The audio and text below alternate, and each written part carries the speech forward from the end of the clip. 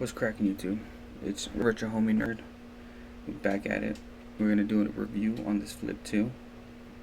I've had it since launch. I paid for, I think it was $230 plus tax. That was before all the tariffs and all that. So maybe an extra $7 on taxes. I would like to say, the most I'll pay for this is probably $250. I know with all the taxes and tariffs that are going on right now, it's kind of hard to pull the trigger on this one. So, but if it was under if it's 250 or under, I would still go for it, just because it's pocketability. It still plays PS2. It's running Snapdragon 865. That is a really good, solid chip, especially with turnip drivers and all that. You can play PS2. You can play GameCube, Wii. So you could do Switch games. You could run them pretty good. I'm playing Pokemon Scarlet right now. It's like 45 frames per second. You know, it really doesn't drop from there. Maybe to like 30 and up, but the old Switch runs like shit on there. So so this is my little review on that. I'm gonna start with the things that I don't like, and then I guess we'll go into whatever else, move this out the way. Alright, let's start with the design. Of course, I do like this design. This design is pretty sick to me. I think it's tight. Honestly, this is probably better if it just said Retroid. I know people said, oh, if it just say Retroid on there, then that'll be cool. But honestly, this is tight. I like it.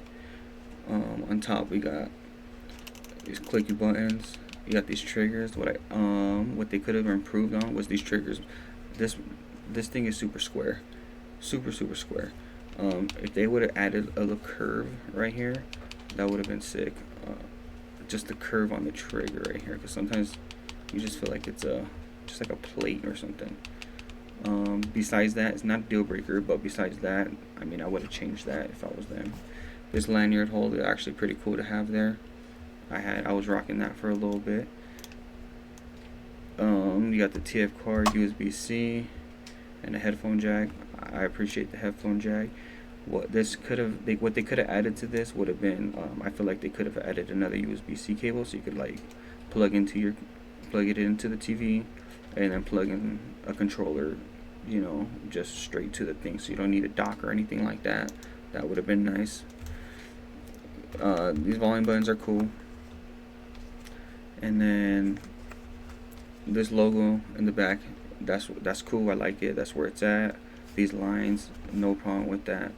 I know a lot of people hated on that too, but I like it. It's cool. It matches the front. We got the air cooler on the air fan on bottom. It goes in and then comes out the top. It works. It does work. It brings the heat down like a lot. You can tell and you can feel it. Another thing that I don't like are these little nubs right here. I do not like those. I feel like that's a poor design. Cause the other day I was cleaning my screen, and then one of them falls off, and then I'm there just looking on the floor, like, where did it go, So, and I did find it, happily. Thankfully I found it. It would have pissed me off if I wouldn't found it. So, poor design. I'm probably gonna add some adhesive to it, and hopefully that'll work. But that's a poor design. They should have done better. Come on, Retroid. These thumbsticks are good. These are good thumbsticks. You got full motion right here, both sides. These are good buttons right here. I can't complain about these buttons. You got a good D-pad. I haven't really felt anything wrong with them. All of these buttons function correctly how they're supposed to. Another thing they could have done better with these speakers. I do believe these speakers could be better. I think they fixed them on the Retro Pocket 5. I believe. I don't have that device, but I've seen some videos on it saying they got an update for it.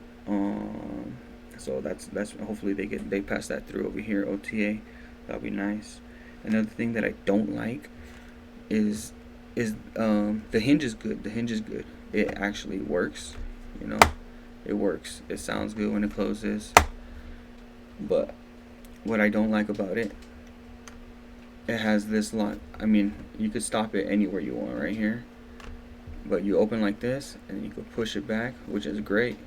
But let's just say you're playing like this, and you're just like, cool, cool, cool, whatever, boom, boom, boom. I kind of like playing like this. But if you let's just say you go and lay down, the more you go this way, it's gonna end up going forward and locking itself, which is not cool. I know the old 3DSs used to lock back like this. I'm not sure which one. I don't have those 3DSs, but my brother does. So they could have done better on that one.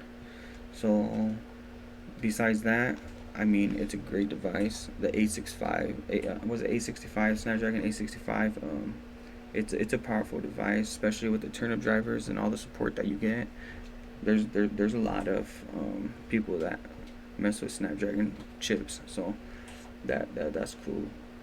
Let's see. Besides that, I mean, those are just a couple things that I don't like, but everything else is good. You know, the screen is good. You got a nice bright screen.